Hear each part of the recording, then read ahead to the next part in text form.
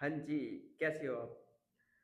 देखो भाई, मैं आपको ना बैंक निफ्टी में ऑप्शन ट्रेडिंग करना सिखाने वाला हूँ। ऐसे काफ़ी सारे इंडेक्स हैं जिसमें हम ट्रेडिंग कर सकते हैं। निफ्टी 50 हो गया, सेंसेक्स हो गया, बैंक निफ्टी हो गया, गिफ्ट निफ्टी हो गया, फिन निफ्टी हो गया, सब में हम ऑप्शन ट्रेडिंग कर सकते हैं। बट जो मैं आपको सिखाने वाला हूँ वो सिर्फ बैंक निफ्टी में ही ऑप्शन ट्रेडिंग करना सिखाऊंगा। बैंक निफ्टी में ऑप्शन ट्रेडिंग करने का क्या रीजन है कि हमने बैंक निफ्टी को ही क्यों सिलेक्ट किया है?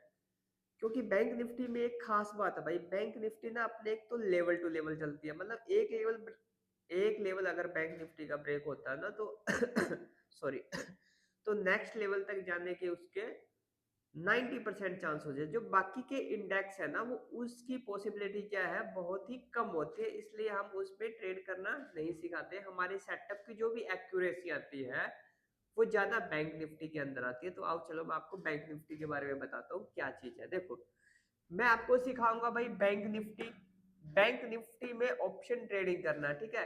अब बैंक निफ्टी को ऑप्शन ट्रेडिंग क्यों कहते हैं?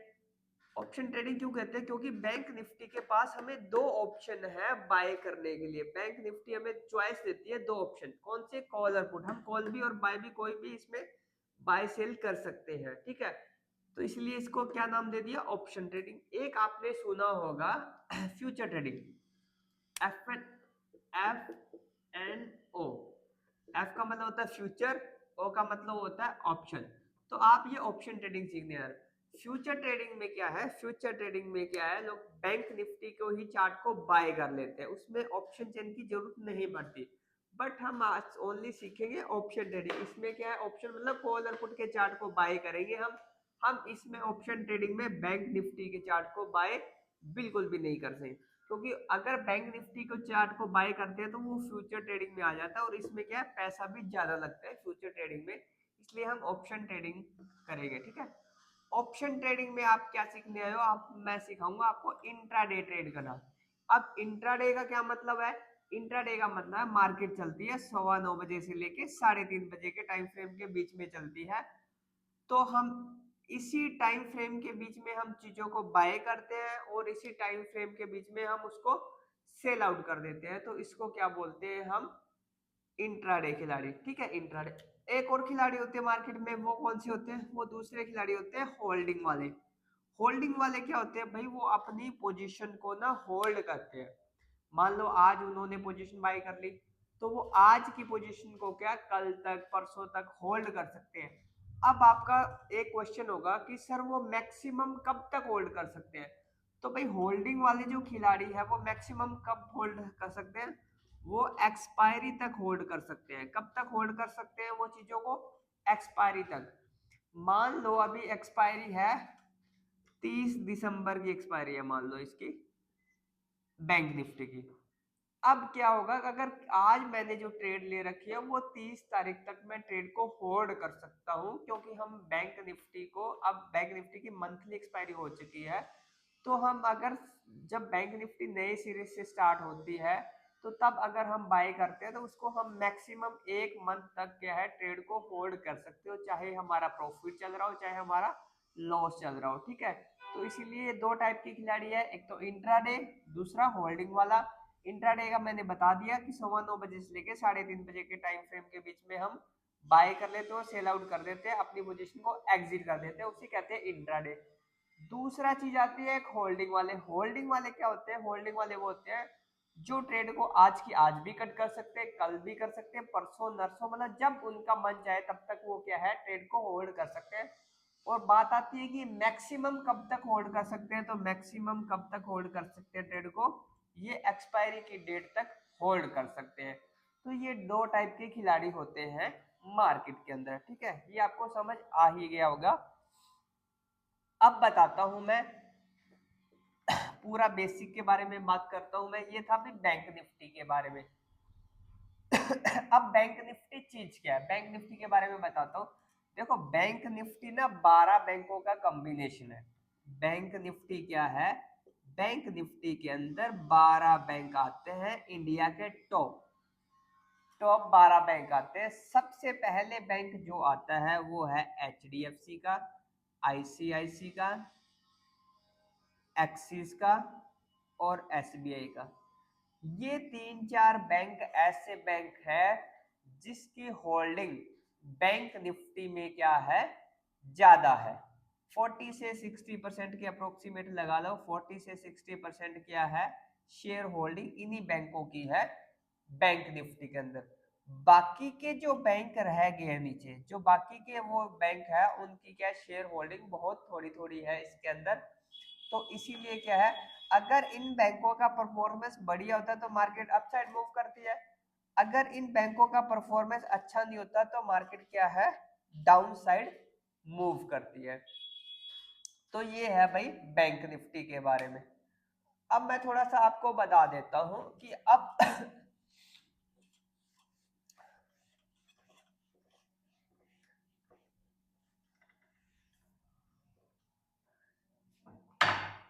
हमारे इंडिया में ना दो स्टॉक एक्सचेंज है, हमारे इंडिया में दो स्टॉक एक्सचेंज है जिसमें हम ट्रेडिंग कर सकते हैं।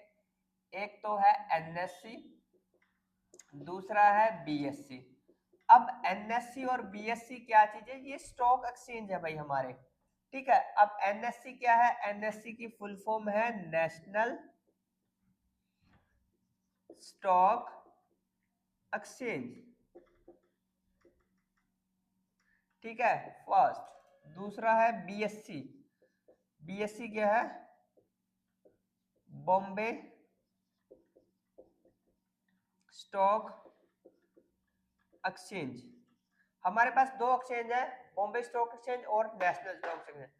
बॉम्बे स्टॉक एक्सचेंज भाई बहुत पुराना एक्सचेंज है, ये बॉम्बे एक्सचेंज आया था 1875 के अंदर आया था, ठीक है।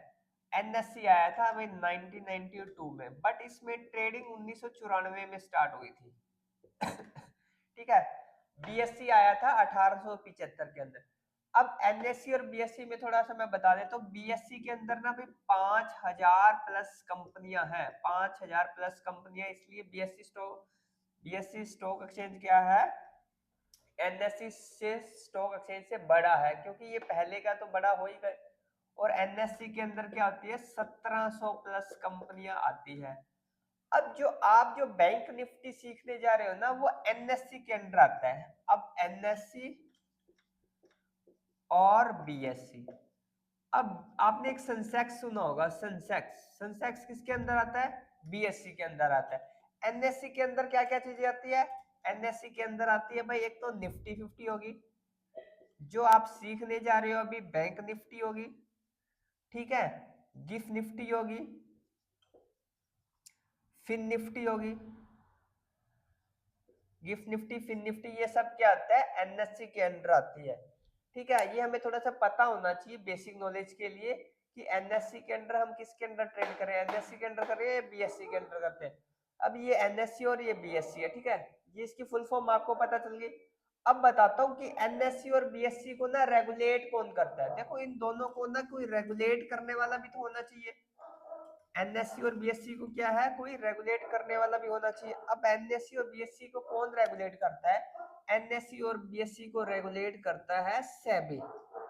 अब सेबी क्या चीज है, सेबी भी एक फर्म है। सेबी की फुल फॉर्म क्या है, security exchange board of India, ठीक है। सेबी की फुल फॉर्म क्या है, security exchange board of India.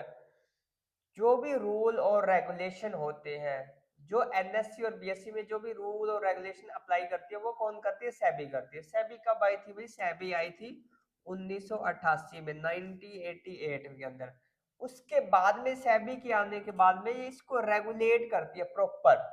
जो रूल है, रेगुलेशन है, लॉट साइज है, एक्सपायरी है, कुछ भी चेंज करना है, वो कौन करती है, सेबी करती है। अब जो सेबी ने बोल दिया वो एनएससी और बीएससी को क्या है, मानना पड़ेगा, वो डिनाई नहीं कर सकते, इस चीज को वो मना नहीं कर सकते। इसलिए क्या है, सेबी का एक अच्छा खासा रोल है। जो मार्केट की टेस्टिंग होती है, सब कुछ करती है, कौन करती है, एनएससी बीएससी किसके देख रेख में चलते हैं, वो चलते हैं भाई सेबी की देख रेख में, ठीक है। अब मैं बात करता हूं बैंक निफ्टी के बारे में कि बैंक निफ्टी आया कब था, ठीक है। अब भाई बैंक निफ्टी है, ये मैंने बता ही दिया कि बैंक निफ्टी क्या है, बैंक निफ्टी है 12 टॉप बैंक, 12 टॉप बैंक आते हैं बैंक निफ्टी। अब बैंक निफ्टी आया कब था, अब जब बैंक निफ्टी आया था भाई 2003 के अंदर क्या है हमारा बैंक निफ्टी आया था। जब ये 2003 के अंदर बैंक निफ्टी आया था ना, तो 12 बैंकों ने क्या किया, इसकी एक इंडेक्स वैल्यू रखते हैं। क्या रखते हैं ये, इंडेक्स वैल्यू रखते हैं। तब बैंक निफ्टी की इंडेक्स वैल्यू थी 1000। कितनी थी, 1000। आज जो बैंक निफ्टी की इंडेक्स वैल्यू वो चल रही है वो 60,000 को भी क्रॉस कर गई है, 60,400 को, इसका क्या है, लाइफ टाइम का हाई है। तो देखो टाइम के अकॉर्डिंग हर बिजनेस हर कोई ना ग्रोथ करता, तो बैंकों ने भी अच्छा ग्रोथ किया, अच्छा परफॉर्मेंस किया, तो आज इसकी इंडेक्स वैल्यू क्या है, 60,000 को भी क्रॉस कर गई है। ठीक है, ये 2003 के लिए ओनली कितनी थी, 1000 थी। अब 2003 से करती करती क्या है, ये 2020 के अंदर क्या है, इसकी वैल्यू चली गई थी 32,000 के आसपास। फिर क्या हुआ था, फैब के अंदर कोविड आ गया था। कोविड के रीजन से आपको भी पता है कि सारी मार्केट क्रैश हो गई थी धीरे धीरे। तो ये 50% क्या है, मार्केट क्या है, नीचे गिर गई थी। तो धीरे धीरे कितनी रह गई थी, ये 16,000 के आसपास ये इसकी इंडेक्स वैल्यू क्या है, रह गई थी 16,000। ठीक है, अब धीरे धीरे जैसे ही टाइम निकलता गया, कंपनियों ने ग्रोथ किया, सॉरी बैंकों ने ग्रोथ किया, तो अच्छा ग्रोथ किया। तो आज के टाइम में आज कितना चल रहा है, 2025 चल रहा है।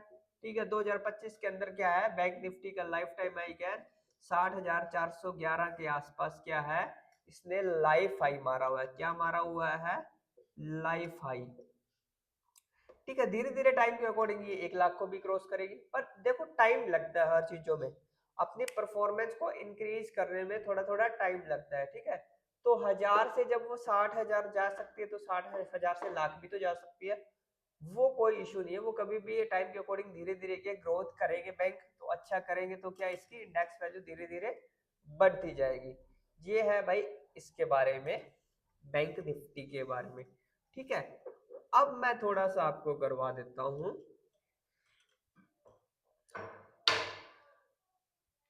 अब क्या हुआ भाई, थोड़ा स्टॉक के बारे में वो बता देता हूँ। 2007 के अंदर ना कंपनियों का डिवाइडेशन हुआ था। ठीक है, उसमें क्या है, कंपनियां थी ना ये large cap, large cap, mid cap, small cap, इसमें ना कंपनियों का डिवाइडेशन कर दिया। ऐसे ये छोटा सा है, थोड़ा सा बता देता हूँ। लार्ज कैप, मिड कैप और स्मॉल कैप 2007 में क्या है, कंपनियों का डिवाइडेशन किया था। पहले कंपनियों का पता नहीं चल रहा था कि कौन सी टॉप मोस्ट कंपनी है, कौन सी बढ़िया कंपनी है, किसका टर्नओवर ज्यादा है, कैसे है। तो इन्होंने 2007 के अंदर क्या है, कंपनियों का ना डिवाइडेशन कर दिया। एक से जो 100 कंपनी है टॉप, जो टॉप कंपनी है वो क्या है, लार्ज कैप में डाल दी, जिनका टर्नओवर अच्छा है। वो कंपनी कौन से भी सेक्टर से हो सकती है, आईटी सेक्टर से हो सकती है, फार्मा से हो सकती है, इलेक्ट्रॉनिक से होती है, मतलब कौन सा सेक्टर कोई भी हो। 1 से 100 जो कंपनी है जिसका टर्नओवर साल का ज्यादा है, वो लार्ज कैप में डाल दी। 101 से लेके 200 तक की कंपनी है वो मिड कैप में डाल दी। बाकी की जो रेस्ट ऑफ कंपनी है, बाकी की जो रेस्ट ऑफ कंपनी है वो किस में डाल दी है, वो स्मॉल कैप में डाल दी है। तो देखो इनके शेयर भी महंगे होंगे, शेयर भी महंगे होंगे, तो इसमें अच्छा उतार चढ़ाव अच्छा रहता है, वॉलेटिलिटी अच्छी रहती है। इनमें क्या उतार चढ़ाव मीडियम रहता है, क्योंकि मीडियम लेवल की कंपनी है, इसमें मीडियम रहेगा। ये स्मॉल टाइप की कंपनी है, तो इसमें थोड़ा सा उतार चढ़ाव क्या है, थोड़ा सा कम रहेगा। तो वैसे ना मैक्सिमम इन फ्यूचर कभी आप स्टॉक खरीदने की सोचो, तो आपको क्या, कौन सी कंपनी के स्टॉक लेने चाहिए, आपको मिड कैप कंपनियों के ही स्टॉक बाय करने चाहिए, क्योंकि ये अच्छी खासी ग्रोथ करती हुई कंपनी है इसके अंदर, तो वो अच्छा ग्रोथ कर सकती है। हमें सस्ते के चक्कर में कभी क्या है, छोटे शेयर नहीं लेने चाहिए, इसके कंपनी के फंडामेंटल चेक करने चाहिए कि कंपनी कितने साल से मार्केट के अंदर है, और कितना उसने ग्रोथ किया है, कितना उसका टैक्स वो है, सॉरी कितनी उसने इनकम जनरेट किया है। ठीक है, उसका पोर्टफोलियो भी देखना पड़ता है कैसा क्या है, किसका कितना उसके ऊपर कंपनी पे कर्जा है, ये फंडामेंटल सारे चेक करके ना उसके बाद में ही हम शेयर लेते हैं। ठीक है, ये था थोड़ा सा बेसिक इसके बारे में। अब मैं आपको एक टॉपिक करवाता हूं, मैं आपको एक बायर और सेलर के बीच में डिफरेंस बताता हूं कि बाइंग और सेलिंग में क्या डिफरेंस है, थोड़ा सा उस पे हम बात करते हैं। देखो, एक बाइंग होती है, दूसरा क्या होती है, एक सेलिंग होती है, बाइंग और सेलिंग होती है। मैं आपको भाई सिर्फ बाइंग सिखाऊंगा, ठीक है। किसी चीज को बाय करने के लिए क्या है, कैपिटल की जरूरत पड़ती है, ठीक है, कैपिटल की जरूरत पड़ती है। और क्या होता है, फिर हम देखते हैं कि उसमें कितना प्रॉफिट हो सकता है, फिर हम लॉस को सोचते हैं। ऐसे ही है सेलिंग में भी, प्रॉफिट और लॉस देखते हैं, ठीक है। मान लो कोई चीज 100 रुपए की है, तो इसको बाय करने के लिए हमें कैपिटल कितना लगेगा, 100 रुपए की चीज को बाय करने के लिए 100 ही रुपए लगेगा कैपिटल। अब मान लो 100 रुपए की कैपिटल, इसका प्राइस बढ़ेगा तो हमें प्रॉफिट होगा, क्योंकि 100 रुपए की बाय करके हम 120 रुपए में अगर उसको सेल करते हैं तो कितने का प्रॉफिट हुआ, 20 रुपए का। अगर उसको 80 में सेल करते हैं तो कितना प्रॉफिट हुआ, लॉस हुआ, सॉरी 20 पॉइंट का लॉस हुआ। हमें किसी का प्रॉफिट एंड लॉस जानने के लिए हमें दो स्टेप करने जरूरी है। वो दो स्टेप कौन से हैं, बाय और सेल। हम किसी चीज ये मार्क करें, मतलब आपने 10 रुपए का ये चीज मार्क कर बाय कर लिया, अब जब तक इसको आप सेल नहीं करोगे तो आपको पता ही नहीं कि आपका प्रॉफिट कितना चल रहा है। इन्वेस्टमेंट पता है आपको कि मैंने इस पे 10 रुपए इन्वेस्ट किए हैं, जब तक आप इसको सेल नहीं करोगे तब तक आपको पता नहीं चलेगा कि मेरा प्रॉफिट कितना है। अगर ये 10 का मार्कर ले गया 12-15 में बेच रहे हो तो आपको पता है प्रॉफिट हो रहा है 5 रुपए का। अगर इसको 5 रुपए में सेल कर रहे हो तो आपको पता है 5 रुपए का लॉस हो रहा है। मतलब आपको दो स्टेप क्लियर करने ही पड़ेंगे, पहला स्टेप बाय, दूसरा स्टेप सेल, तभी आपको पता चलेगा। मान लो आपने ये 100 रुपए की कोई चीज खरीद ली है, अब इसमें मैं बात करूं कि आपको मैक्सिमम लॉस कितना हो सकता है, 100 रुपए वाली चीज की वैल्यू कितनी नीचे आ सकती है, 50, 40, 30, 20। 100 रुपए वाली चीज की मैक्सिमम वैल्यू कितनी आ सकती है, माना आपने 100 रुपए की चीज खरीदी, उसकी मैक्सिमम वैल्यू आ गई 0, इससे तो नीचे नहीं आ सकती, 0 ही आ सकती है। तो इसमें लॉस मैक्सिमम कितना हुआ, हमारा 100 रुपए का लॉस हो सकता है बाइंग में, फिक्स हमारा 100 रुपए का लॉस है। 0 से तो नीचे कभी कोई चीज आती नहीं है। मान लो ये आपने 100 रुपए का मार्कर खरीदा, टूट गया, फूट गया, कुछ भी हो गया, आप उसको सेल नहीं कर सकते मान लो, तो लॉस कितना हुआ 100 का। ऐसे ही मार्केट में लगा लो, 100 रुपए की कोई चीज बाय करी है, उसका मार्केट इतनी डाउन आ गई कि उसकी वैल्यू 0 हो गई, तो आपको 100 रुपए में खरीदी है तो लॉस कितना हुआ, 100 रुपए हुआ ना, इससे ज्यादा तो नहीं हुआ ना लॉस। तो इसीलिए क्या है, इसमें लॉस 100 रुपए है। अब बात करते हैं प्रॉफिट की। अगर 100 रुपए वाली चीज की डिमांड बढ़ जाती है, अगर क्या है 100 रुपए वाली चीज की डिमांड बढ़ जाती है, तो डिमांड तो भाई कितनी भी बढ़ सकती है, 100 वाली चीज 200 भी जा सकती है, 500 भी जा सकती है, 1000 भी जा सकती है, लाख भी जा सकती है। तो प्रॉफिट क्या होगा, इन्फिनिटिव हो जाएगा। तो बाइंग में क्या है, कैपिटल 100 रुपए की चीज को बाय करने के लिए 100 रुपए लगा, प्रॉफिट इन्फिनिटिव है, लॉस क्या है हमारे फिक्स है। ऐसे ही सेलिंग है। अब सेलिंग में दो स्टेप होते हैं, सेलिंग में भी क्या होता है, सेल और फिर बाय। फर्स्ट स्टेप इसमें सेल होता है, दूसरा स्टेप इसमें बाय होता है, ठीक है। बट बाइंग में इसका उल्टा होता है, फर्स्ट स्टेप बाय होता है, सेकंड स्टेप क्या होता है, सेल होता है। अब बात करते हैं कैपिटल की, सॉरी प्रॉफिट और लॉस की। अब सेलिंग में हम 100 रुपए की चीज को हम सेल कर रहे हैं, पहला स्टेप क्या है इसमें, सेल। दूसरा स्टेप हमारा पेंडिंग है बाय। अगर 100 रुपए की चीज को आप सेल कर रहे हो, अब उसको आपको सेकंड स्टेप क्या है, बाय करना है। अब आपको सेलिंग में प्रॉफिट कब होगा, 100 रुपए का प्राइस बढ़ेगा या कम होगा, कम होगा।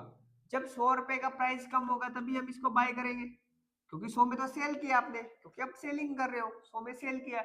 मतलब सेलिंग में प्रॉफिट कब होता है, जब मार्केट नीचे आती है, जब मार्केट का प्राइस डाउन आता है। अगर 100 रुपए की चीज खरीदी है, आप 50 में उसको बाय कर रहे हो, तो मतलब आपका 50 में बाय, 100 में सेल, तो 50 रुपए का प्रॉफिट होगा। अब बात करते हैं हम इसमें कितना प्रॉफिट हो सकता है मैक्सिमम। 100 रुपए वाली चीज मान लो कितना मैक्सिमम आ सकती है नीचे, 0 आ सकती है। तो मान लो हमने इसको 0 पे बाय कर लेंगे, 0 पे बाय कर लेंगे और 100 पे सेल किया है, तो मैक्सिमम प्रॉफिट कितना होगा, 100। तो सेलिंग में हम 100 से ज्यादा प्रॉफिट नहीं कर सकते, क्योंकि मार्केट 100 से 0 से नीचे आ ही नहीं सकती, 0 एक लास्ट पॉइंट है, ठीक है। तो इसलिए कितना प्रॉफिट कर सकते हैं, 100। अब बात करते हैं लॉस की। अब लॉस क्या है, अब 100 रुपए की चीज की अगर डिमांड बढ़ जाती है, बड़ा हो गया, सेल किया, अब इसको बाय करना है, 100 रुपए का सेल किया है, डिमांड इसकी चलेगी 500, 500 पे बाय करेंगे तो हमारा क्या हो जाएगा, 400 का लॉस हो गया, क्योंकि बाय करना है, अभी सेल तो हम कर चुके हैं 100 रुपए में इसको, ठीक है। तो इसीलिए क्या इसमें लॉस क्या होगा, इन्फिनिट, क्योंकि अब सेकंड स्टेप सेल बाय करना है, फर्स्ट स्टेप सेल था, सेकंड स्टेप हमारा बाय था। अब क्या मार्केट ऊपर जा रही है, ऊपर जा रही है तो सेलिंग में लॉस होगा, और लॉस क्या होगा, सेलिंग में इन्फिनिटी होगा। अब बात करते हैं कैपिटल की। 100 रुपए की चीज को, यहाँ पे 100 रुपए की चीज को सेल करने के लिए कैपिटल इसमें 100 रुपए नहीं लगता, इसमें 10 गुना पैसा लगता है भाई, 10x पैसा लगता है, मतलब 1000 रुपए लगेंगे। 8 से 10 गुना पैसा लगता है। सेलिंग में क्या है, 8 से 10 गुना पैसा लगता है अगर हम पहले सेल करते हैं तो उसके बाद में बाइंग करते हैं। इसीलिए हम क्या है, सेलिंग नहीं करते हैं। क्या रीजन है, एक तो सेलिंग में कैपिटल ज्यादा लगता है, फर्स्ट रीजन, जो कि इतना कैपिटल हर किसी के पास है नहीं है। दूसरा, इसमें प्रॉफिट क्या है, फिक्स है, और लॉस क्या है, इन्फिनिटिव है। तो ये तीनों ही रीजन है कि हम सेलिंग नहीं करते। अब आते हैं बाइंग में, कैपिटल 100 रुपए की चीज को 100 रुपए, इसलिए हमने बाइंग को सिलेक्ट किया। प्रॉफिट क्या है, हमें इन्फिनिटिव चाहिए, इसलिए हमने बाइंग को सिलेक्ट किया। और लॉस क्या है, इसमें फिक्स है, इसीलिए हमने बाइंग को सिलेक्ट किया। तो ये है बाइंग और सेलिंग के बीच का डिफरेंस। सेलिंग में भी पैसा बहुत ज्यादा लगता है और कैपिटल बाइंग में कम लगती है। इसीलिए क्या है, मैं आपको प्रॉपर वे में बाइंग करना सिखाऊंगा। अब सेलिंग में प्रॉफिट कब होता है, जब मार्केट डाउन साइड आती है, इसलिए सेलर मार्केट को नीचे लेके आते हैं। बाइंग में प्रॉफिट कब होता है, जब मार्केट ऊपर जाती है, इसीलिए तो मार्केट ऊपर नीचे ऊपर नीचे ऊपर नीचे चलती है। क्यों, ऊपर बायर लेके जाते हैं, सेलर नीचे, बायर ऊपर, सेलर नीचे, बायर ऊपर, सेलर नीचे। इसीलिए तो मार्केट क्या, कभी ऊपर कभी नीचे चलती है। क्यों, क्योंकि उसके बाइंग और बाय और सेलर मार्केट में दोनों होते हैं, इसलिए मार्केट का ऊपर नीचे का रुझान रहता है। ये है भाई डिफरेंस बाइंग और सेलिंग में। अब थोड़ा सा मैं आपको स्क्रीन पे दिखा देता हूं। हाँ जी, देखो ये स्क्रीन पे देखो, अभी मैं इसको बाय करने जा रहा हूँ, ठीक है। मान लो ये पुट का चार्ट, हम इसको बाय करने जा रहे हैं। देखो अब एक लोट को बाय करने के लिए, देखो ये बाइंग पे है ना सिंबल, ये देखो बाइंग पे है। तो एक लोट को बाय करने के लिए देखो इसमें ना कितना पैसा चाहिए, 11,760 रुपए चाहिए, ठीक है। अब मैं इसको देखो सेलिंग पे चेंज करता हूँ। सेलिंग में जो भी कितना पैसा चाहिए एक लोट को बाय करने के लिए, तो सेलिंग में देखो एक लोट को बाय करने के लिए 2,60,000 के आसपास, 259,449। तो मतलब ये कितना गुना पैसा होगा देखो। इसलिए क्या हम सेलिंग नहीं करते हैं, क्योंकि बाइंग में वही एक लोट को बाय करने के लिए कितना पैसा लगता है, 11,760 रुपए। और वही सेलिंग में क्या कितना पैसा लगता है, एक लोट को बाय करने के लिए 2,60,000 के आसपास क्या है हमारा पैसा लगता है। इसीलिए क्या है हम सिर्फ बाइंग करते हैं, हम सेलिंग बिल्कुल भी नहीं करते।